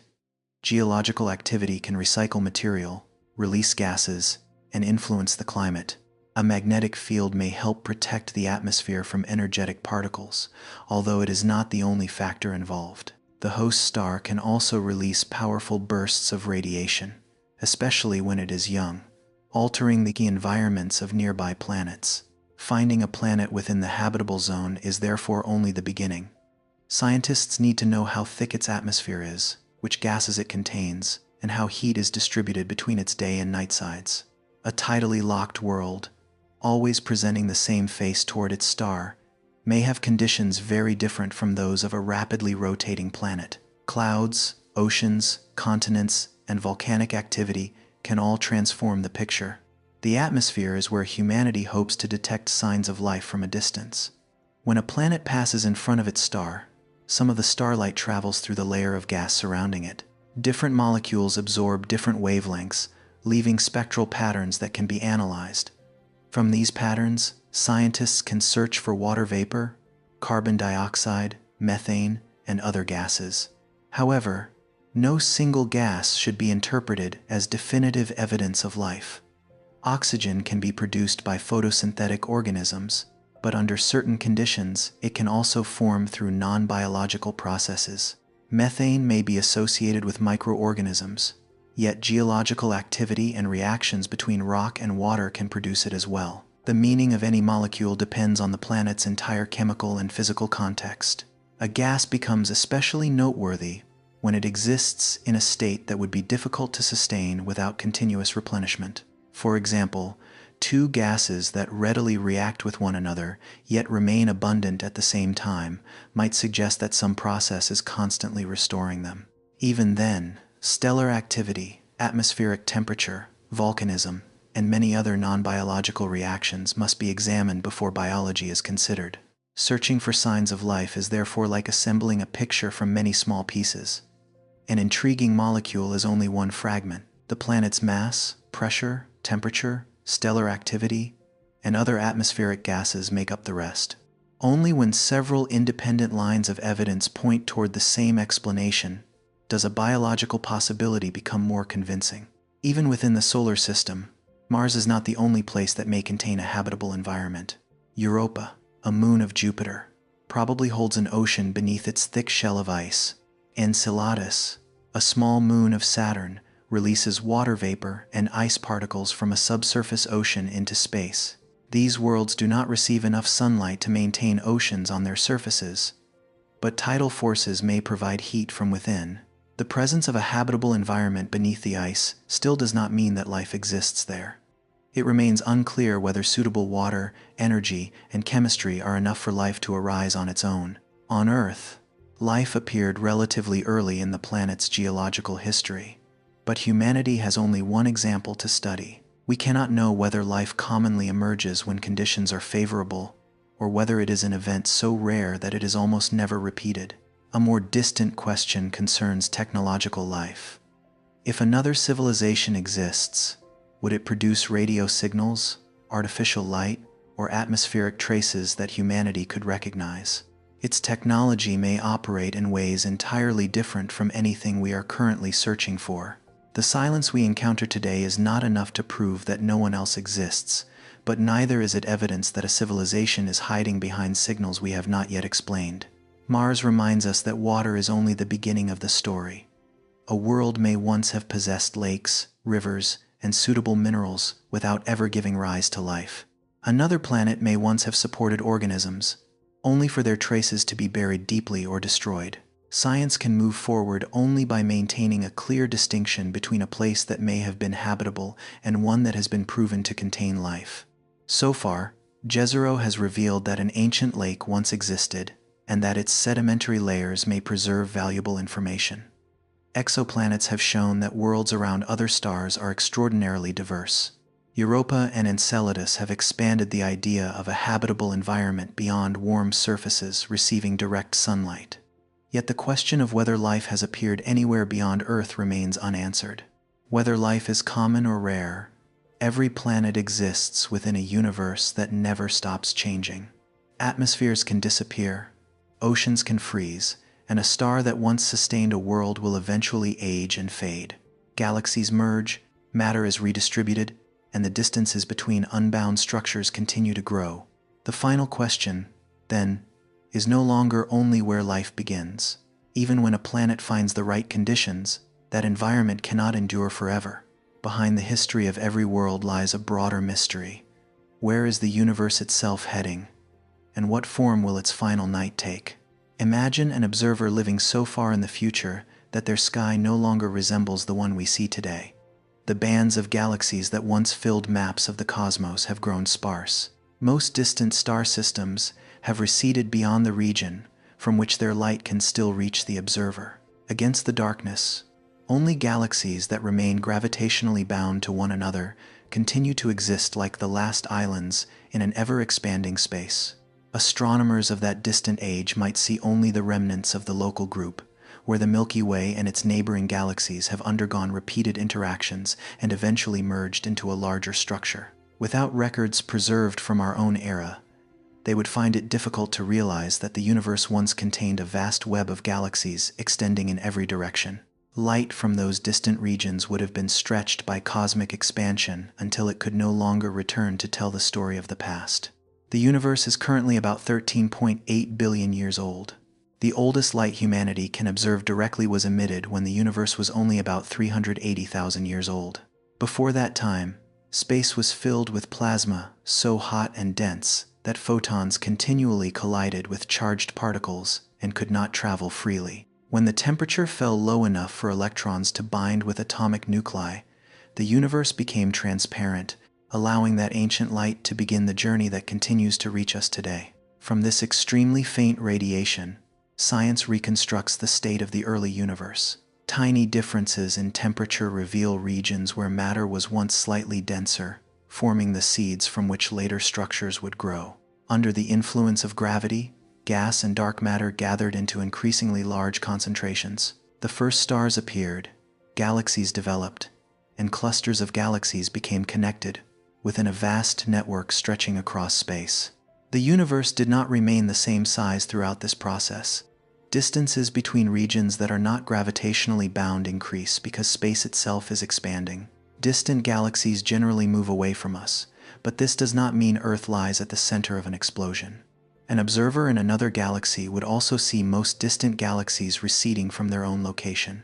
Cosmic expansion does not cause every object to grow larger. Atoms are held together by the electromagnetic force. Planets and stars are bound by gravity. Galaxies contain enough mass to keep many stars orbiting within them, while nearby groups of galaxies can continue interacting. Only across sufficiently vast distances, where structures are no longer strongly bound, does the expansion of space become the dominant influence. For a long time, scientists believed that the gravitational pull of matter might gradually slow the expansion. Every galaxy contains mass, so the attraction between them seemed as though it should act as a force pulling against the outward motion. The universe might continue expanding forever at an ever-decreasing rate, or, in some models, eventually stop and begin contracting. Observations of very distant supernovae near the end of the 20th century changed that picture. Light from these stellar explosions allowed astronomers to estimate their distances and compare them with their redshifts. The results showed that the expansion was not only continuing, but appeared to be accelerating. About 9 billion years after the universe began, some unknown influence gradually overcame the slowing effect of matter. The name dark energy was given to the unknown cause behind this phenomenon. The term does not reveal what dark energy is made of, where it exists, or how it operates. It simply represents a component required for cosmological models to agree with the data. To understand the future of the universe, humanity must uncover the true nature behind that temporary name. The scenario most consistent with the majority of current evidence is that the universe will continue expanding and gradually approach a state commonly known as heat death. The name may suggest a sudden final moment, but in reality, it describes a process unfolding across almost unimaginable spans of time. There will be no final explosion and no single day when every star goes dark at once. The transformation will occur step by step, over intervals vastly longer than the universe's present age. Over the next several billion years, the sun will continue to change as the fuel in its core is gradually depleted. Its increasing brightness will make conditions on Earth unlike those of today long before the sun enters its red giant phase. The oceans, atmosphere, and planetary surface will undergo profound transformations. This will not be the end of the universe, only the end of the familiar environment within one small star system. Elsewhere, new stars will continue to form from clouds of cold gas. However, the supply of gas suitable for star formation is not unlimited. Some becomes locked inside long-lived stars, while some is driven out of galaxies or heated until it can no longer collapse easily. Over time, the rate of star formation will decline. Massive stars consume their fuel quickly and reach the ends of their lives after relatively short periods. Smaller stars, especially red dwarfs, use their fuel far more slowly. They may continue shining thousands of times longer than the sun, becoming some of the final sources of light in the stellar era. In the future sky, light will not disappear all at once. It will gradually grow sparse, like lamps going dark one by one across an increasingly empty city.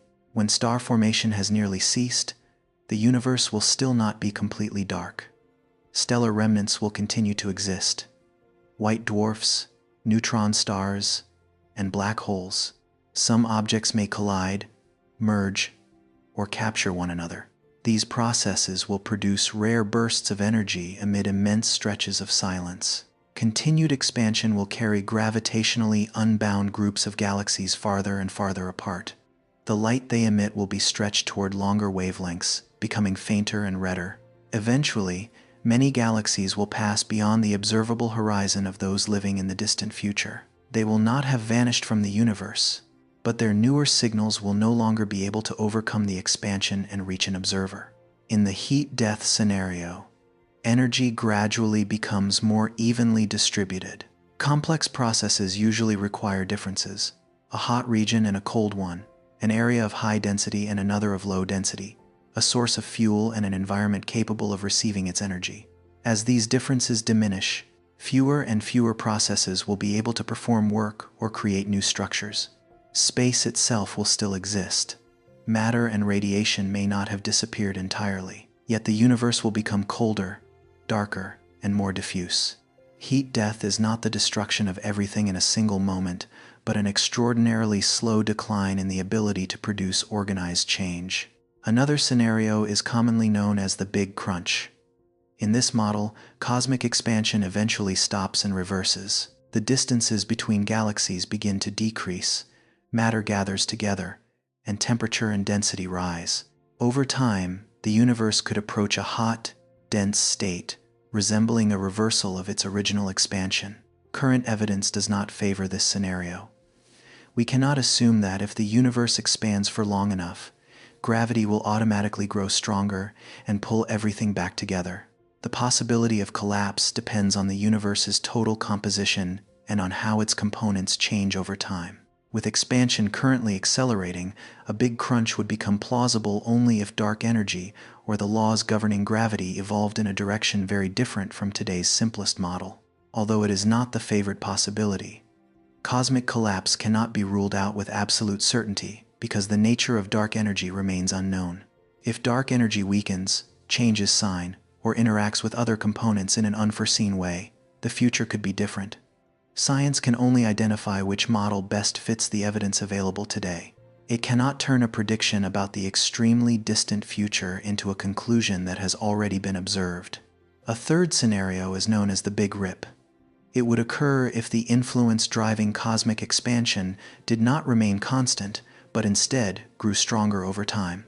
At first, expansion would separate only galaxy clusters that were not gravitationally bound. As its influence increased, it could overcome the gravity holding galaxies together. In the most extreme version, star systems, planets, and eventually even smaller structures would be torn apart.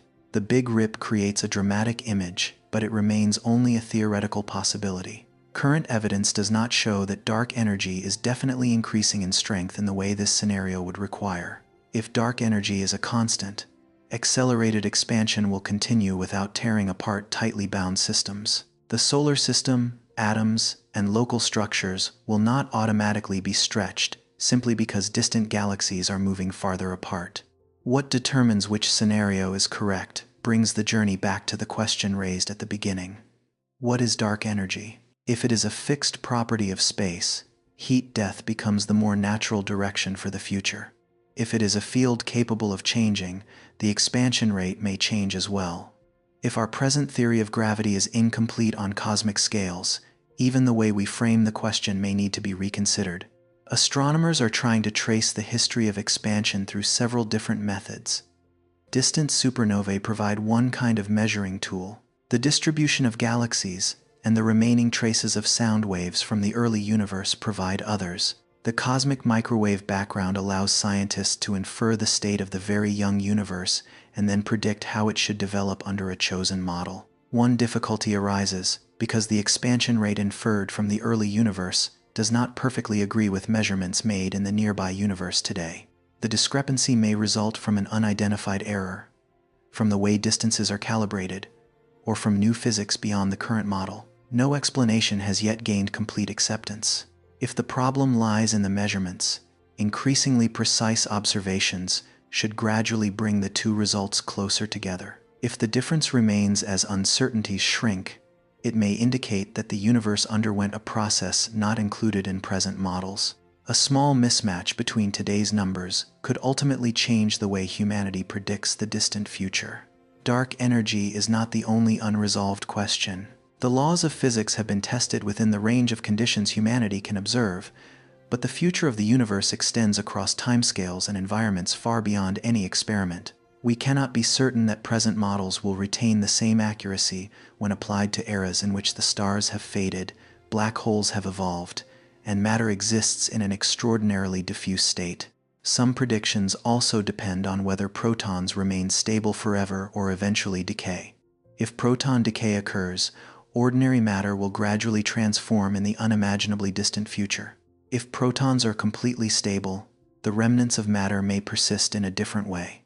So far, no such decay has been observed, leaving this as another unknown in the final picture. Black holes may not exist forever either. According to quantum physics and curved space-time, they may lose energy extremely slowly through radiation. For large black holes, this process would take vastly longer than the current age of the universe.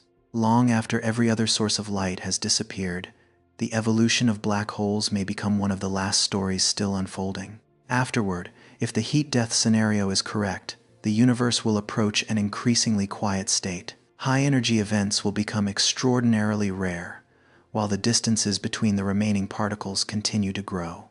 There will be no clear boundary marking the final night.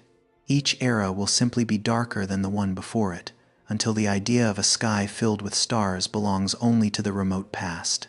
Humanity will not survive long enough to witness that ending directly. No civilization could wait trillions upon trillions of years merely to test a prediction. Instead, science looks backward into the past. The light entering telescopes today was emitted at many different moments, transforming the universe into an archive of its own history. Observing nearby galaxies reveals their relatively recent states. Looking at extremely distant galaxies means seeing them when the universe was younger. By placing these layers of time beside one another, astronomers measure changes in the rate of star formation, the structure of galaxies, and the expansion of space. The future is predicted not by seeing it in advance, but by understanding the laws that connect the stages of the past. The journey therefore closes where it began. Most of the universe still belongs to dark matter and dark energy. One component helped construct the framework in which galaxies formed, while the other may determine how the distances between them change in the future. Things humanity cannot yet observe directly appear to govern both the structure and the fate of the entire observable universe. The final answer has not yet appeared. The universe may gradually cool through a process that is almost endless. An unknown change in dark energy may lead to a different outcome. The laws we currently use may themselves be only approximations within a deeper description. That darkness is not entirely silent. It leaves traces in the motions of galaxies, in the light of supernovae, and in radiation that has traveled through nearly the entire history of the universe. Each new measurement does not immediately reveal the ending, but it narrows the range of futures still consistent with what we observe. The night has grown deeper, and another telescope opens beneath the sky. The light entering its sensor may consist of only a few photons, too faint for the human eye to detect. Some of those photons left their sources millions or billions of years ago, when Earth had not yet taken its present form or did not yet exist at all. From that fragile light, humanity can infer the mass of an object that emits nothing, the rotation rate of a collapsed star, and the composition of gases surrounding a distant world. Minute changes in wavelength allow motion to be measured. A faint ring of light helps test the shape of space-time around a black hole. A fleeting radio pulse can reveal the amount of diffuse matter spread across a journey of billions of light years. Science has not directly seen dark matter, but its gravitational influence appears in motion and in the bending of light. Antimatter can be created, contained, and studied, although the reason matter came to dominate remains without a complete explanation. The shadow of a black hole has been reconstructed from data, but the region inside the event horizon cannot send information back. These limits do not make observation meaningless. On the contrary, they define precisely where current understanding ends. When a mechanism explains only part of a signal, science does not force the remainder to fit. When a gas can be produced by both life and geology, it is not treated as biological evidence merely because that interpretation is more appealing. A century ago, many of the phenomena explored throughout this journey could not even be measured. Today, humanity has imaged the shadow surrounding an event horizon, held antiatoms inside magnetic traps, and detected signals from neutron stars in distant galaxies. Lunar rocks can be read as records of a dynamo that fell silent, while the landscape of Mars reveals ancient rivers that once crossed a world now cold and dry. Progress does not make every question disappear. Greater precision sometimes reveals only smaller discrepancies. A signal that seemed to have found its source may divide into several distinct groups. A model that agrees with older data may struggle when confronted with a new measurement. An answer is therefore not always an ending, but often the boundary of a deeper question. Science does not advance by declaring that something unexplained is beyond explanation. Nor does it fill a gap with a story merely because the story is easy to imagine. The work begins by separating what has been observed from what has been inferred, then testing which explanation correctly predicts the evidence that follows. Models that no longer fit are rejected or revised, while uncertainty is allowed to remain what it is. Some mysteries require a more sensitive instrument. Certain questions need rock samples from places no one has ever reached. Others may demand a new theory capable of connecting laws that already work well within different domains. No one can know whether the decisive discovery will come from a vast telescope, a detector buried deep underground, or a small irregularity within data that has already been collected. What is more certain is that the unknown no longer resembles a completely dark wall.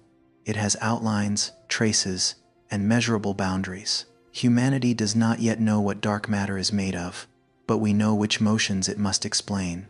We do not understand dark energy, but we can track how cosmic expansion has changed throughout history. Each night of observation captures only a tiny fraction of the universe. Clouds may cover the sky, instruments may introduce noise, and many signals are too faint to separate from the background.